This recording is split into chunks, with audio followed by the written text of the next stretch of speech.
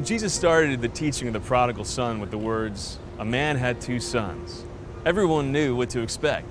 See, it was a common teaching tool of the day to repeat popular stories that were told by rabbis, by the teachers of the day.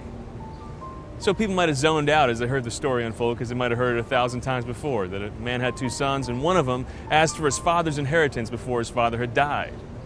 And he took all this money and went and squandered it, went and just lived it up, partied, had a crazy life, and ended up totally broken and impoverished. And when he had hit rock bottom, he was starving to death and found himself longing for food that he was feeding to pigs. Came to his senses, said, "What the heck am I doing? I should go back home, beg my dad to take me back as one of his hired hands, so at least I won't starve to death."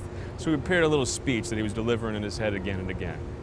"Father, I've sinned against heaven, I've sinned against you. I'm no longer worthy to be called your son. Just take me back as one of your hired hands." Now the story everybody was used to, it ended different than the story you know. He went back to his dad, gave his little speech, and his dad's response was swift and severe. He took the pig's food, dumped it at his son's feet, and said, "This is what you are to me. You're no longer worthy to be called my son." See, it was the story of a son who got exactly what he deserved. Jesus' ending must have shocked everybody. While the son was still a long way off, the father caught sight of him, ran to him, threw his arms around him, embraced him, kissed him. And his son started to say his little speech, "Father, I've sinned against heaven and against you." His dad cut him off before he could even finish.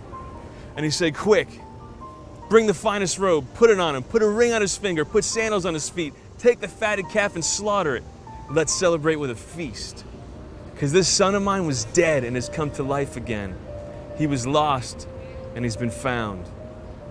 Then the celebration began. See, Jesus had turned that story from the one where a son got exactly what he deserved to the story of a son who experienced his father's mercy and was given new life. That's the kind of father we have in God. And that's the kind of mercy we experience in baptism.